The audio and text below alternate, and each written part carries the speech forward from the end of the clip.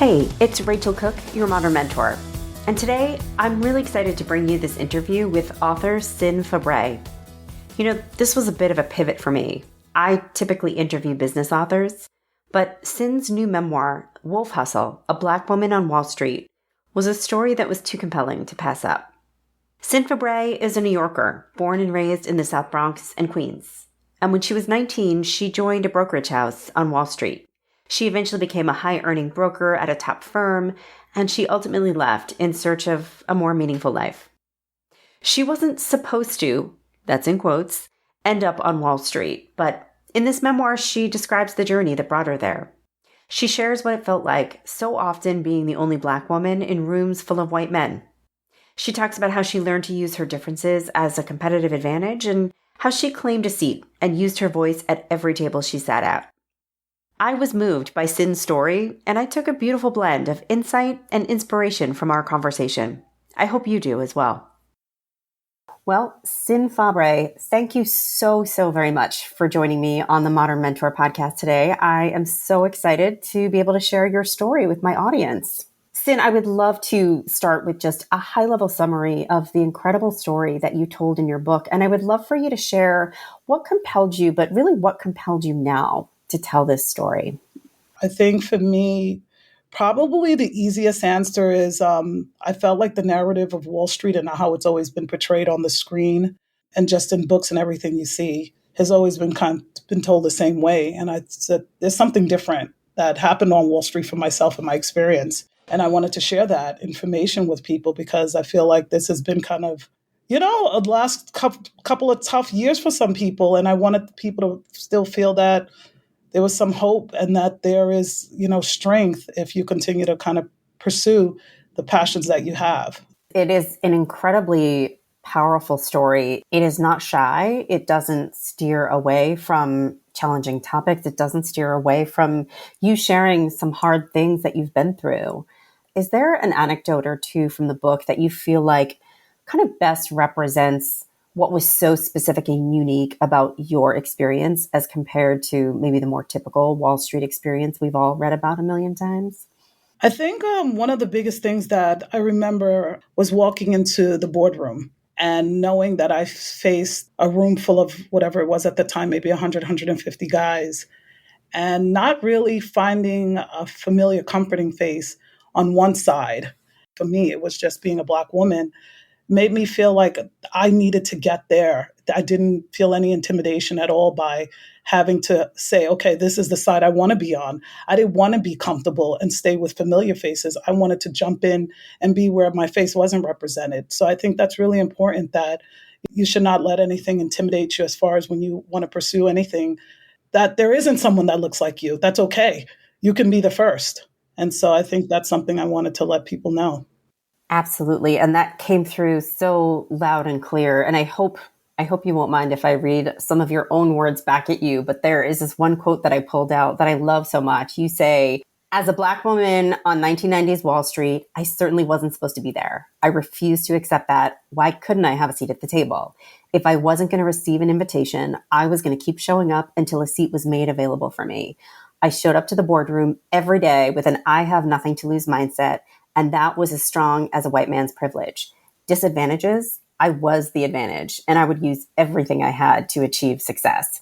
That almost knocked me over. It was so incredible. And I loved the way that you, at least the framing here, right? It's not about seeing your disadvantages and trying to overcome them or try to sort of push them away, but it's actually just flipping the script and letting your disadvantage become your advantage, letting your uniqueness and your onlyness in the room kind of force you forward. At least maybe I'm inserting that story on top of yours, but that's kind of what I took away from it. And I got chills when I read that quote. Exactly what you read is what I felt, and I still feel that the disadvantages anyone tells you that you may have are not necessarily your own. It could be someone else's that they feel. And I've always felt that if I'm different, I'm actually the advantage. I can be the dark horse. I can be the person people don't see coming. And so for me, that excited me, to see. I didn't moan and groan. I saw these guys. I'm like, oh, this is great. I have an opportunity to do something different.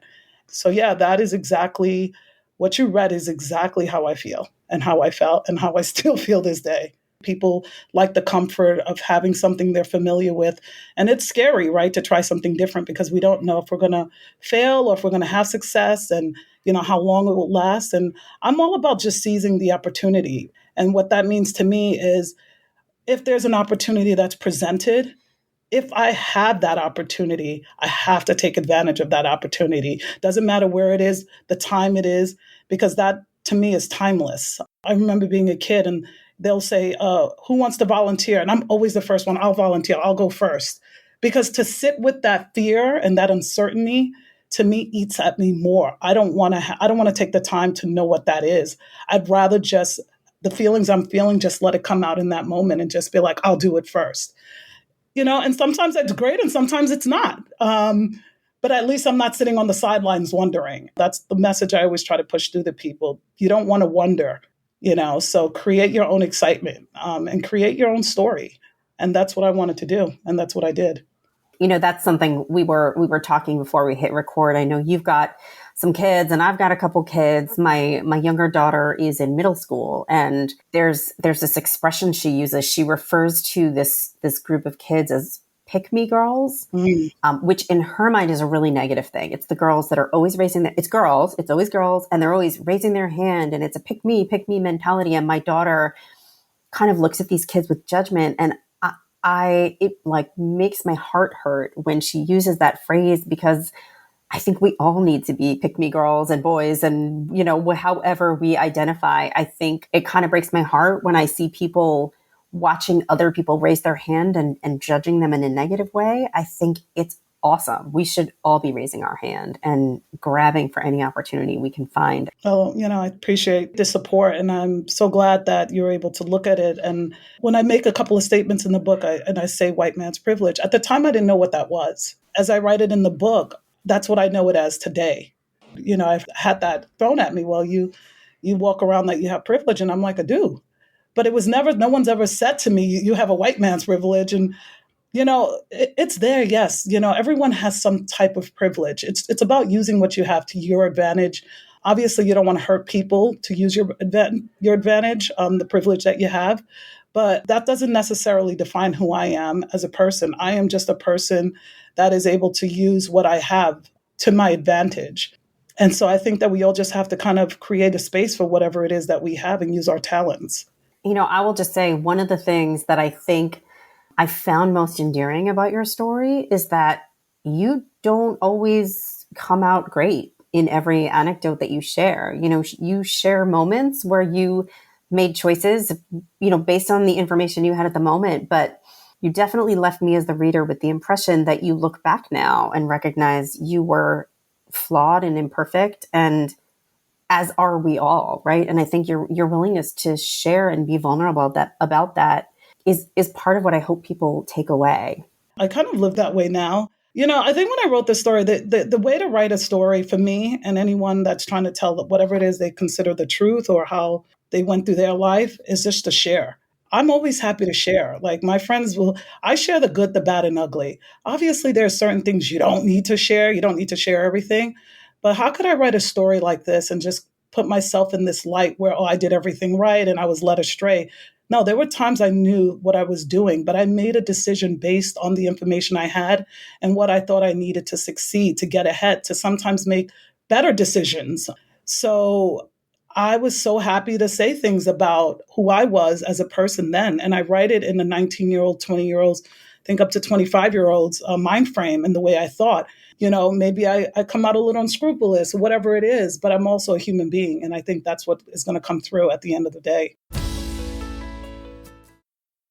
You start the book from your childhood and you talk about how you kind of grew into the adult that you are. And it seemed pretty clear to me that from your very earliest days, you were born with some hustle inside of you. For the record, I was not born with hustle inside of me. I have learned to develop those skills, right? But for a lot of us, it's uncomfortable. It seemed like it was really, really innate for you. And I'm just curious what that felt like for you as a kid. And is there anything that you can think of that people close to you said or did to help you cultivate that? Is it just how you showed up on this earth? I'm curious how you think about that. I think the universe just spit me out that way. I really do. I don't think I think for some people, yes, you have to develop a skill. That's okay. Like sometimes we don't realize the skills we have until we develop them. And for me, I think that certain things you just have. And, my mom used to say things to me like when I was a little girl, the things that I would say, and she'd be like, wow, this I got to watch her because she's always, I'm trying to hustle my mom at a young age. But I don't think, when you're young, I don't think you look at it as hustling. I think for me, I was just trying to survive. I was just trying to get through this life. And I didn't even realize that the things around me were necessarily bad. I didn't necessarily understand that there was drugs and violence and I was poor. When everyone around you is kind of at the same level, you don't realize those things. And sometimes what you're seeing on TV, you think is not really reality. And so for me, what I wanted to do even as a kid was just find my way out of a situation. I wanted to be financially independent. I wanted to be able to make my own decisions without having to lean on people if I didn't have to. And so I think I needed to learn how to hustle and just keep that skill going to always be sharp. I feel like my kids are so much more naive than I am. I'm like, I have a 19-year-old daughter, and I'm like, she could never be on Wall Street right now. They would eat her alive. You know what I mean? Like, that's not for everyone, and that's okay. As much as we want to share with our kids or people that are close to us, there's nothing more intimate than writing on your own and putting things down on a piece of paper. There are things that you don't even understand until it's written. So to see that come alive in black and white, I think even me having a conversation with her with the things that I did in my life is not as real as when you're sitting there reading it. I think that's going to be kind of absorbed differently. So whether I had this conversation with her or not about who I was and who I am all my life, she knows me as her mom. She knows that hustle, she knows who I am. What do you feel like are some of the biggest lessons you learned from Wall Street? I think that if you're on Wall Street and you find a way to make it and have success, and success can be whatever it is that the word means to you. Success doesn't always have to be monetary. For me, I wanted to be able to know that I could rock with everyone else and I could find the way there. I didn't have that education that a lot of people on Wall Street have. Certainly didn't have the finesse. But what I took away mostly from Wall Street was like, if you can make it on Wall Street, you can make it anywhere. That's kind of true about New York. You know what I mean? If you can make it in New York, you can make it anywhere. But it also says, too, that don't ever let anyone define your character by what they think it should be or who you should be represented as. So, Cin, there's this other quick phrase that you use in the book. You say that your ambition has always devoured all the oxygen in the room. And I love that as well. I love hearing people, women in particular, who feel so comfortable in the idea that they take up space and they're not apologetic for it. And I would love for you to talk a little bit about where did that phrase come from? What did it feel like to know that your ambition devoured all the oxygen in your room? And I would also love for you to talk about whether that has shifted for you since the pandemic. I know there are people today who are really struggling to feel their ambition because it feels like everything has changed and everything is different. And I'm just curious how you're thinking about that, your ambition and what it looks like in the moment. Yeah, so the phrase comes from just always feeling like whatever I wanted to do, there was only room for me to do it in that moment. So when I'm standing in the space, I'm taking up that space. And that's not to say there's not room for anyone else, but everyone has to just have their own space. And for me, in order for me to be in that moment, I have to be the moment. As far as how we roll into, what's happened with the pandemic in the last couple of years, it's tough. There's no way around it. That was tough for everyone. I don't care what position you're in life, how good you're doing. That was a tough 2 years because I think everyone kind of had to re-examine the things that they were doing or just even the things they wanted to do and how they go forward. And for me, I took the time to just kind of say, hey, you know what? I really want to talk about my time on Wall Street. And maybe this will be, there'll be a time in someone's life, someone picks this book up and says, wow, this is what happened in this person's life. Maybe this isn't so bad. And not to compare my life to anyone else's, because I could never do that. We all live our own lives. I still think that I can be inspired by someone and someone can also be inspired by me. And so when I wrote this book, I really wanted to be as honest as I could and transparent. And if that meant that, I had to shame myself a little bit, that was okay. I'm okay with that. You have to take a couple of L's to be a winner too. What are the types of people that you find inspiring today? I'm curious. Are you typically inspired by women that sort of play by the same rules as you? Do you take inspiration from people who kind of look or operate differently than you? Oh, of course. I definitely don't feel like we all need to be the same person. I really love to watch the other way people operate, in the sense that a lot of people just find a way to do things. And it's super, super inspiring to see the different backgrounds, the different challenges they've have faced in the past. I love someone that has been told no 1,000 times and on that 1,001 found someone to say yes. So anyone that has perseverance, and listen, I'm also happy for the people that get yes on the first time trying to. Like, good for them. If you have luck and you have it, I'm not mad at people. I'm not a hater in any sense of, like, if you could find a way to get it done and you're not hurting people, and I get that sometimes we have to just kind of knock people over, but I'm saying more in a sense where we're, really like hurting someone. If you find a way, find your way. And sometimes that is just kind of being the only person in the room when you're making a decision. So I think honestly, all stories fascinate me. I'm inspired by so many people in the sense where I'm like, good for you. I'm rooting for you too. One of the threads that really comes through your book, you talk a lot about some of the really influential figures and moments in your life. And I wanted to ask you a couple questions there. The first one is, you're writing this book from a really reflective place, but I'm curious, as you think about some of those really important figures or moments in your life, do you feel like you saw those for as significant as they were in the moment, or are these only things that you came to realize later, the people and the moments that really shaped you? I think anytime you're talking about someone that's directly close to you, like a mom or a sister or brother, those lessons are learned sometimes a little later in life. You don't necessarily see what they were trying to do until sometimes maybe you have your own kids or you've gone through something and you're trying to help the person that's coming after you about the same thing that your mom or your whatever caretaker took care of you and tried to share with you. But I think honestly, in the moment for me, a lot of what my mom said, I understood her in that moment, and I took that information she gave me. And that's why I actually wrote in the book, I was listening to you when you said, do this, do that. I actually heard her. I respected my mother. She was tough. There's no doubt about it. She was a tough woman. She was very tough on me. But I respected her because she had game. And I have to respect the game. It doesn't matter sometimes. You can love a person, doesn't mean you have to like them. And that doesn't also mean that you can't respect what they're doing. And so I think for me, the people that I write about in the book, I respected a lot of what they were doing. Doesn't mean that I would have not necessarily gone the same path, but I also understand what they were trying to do and they were trying to achieve something. And I have respect for that. Do you have any advice on how we can kind of pay more attention to the people and the things happening around us so that we find these bits of inspiration as we go?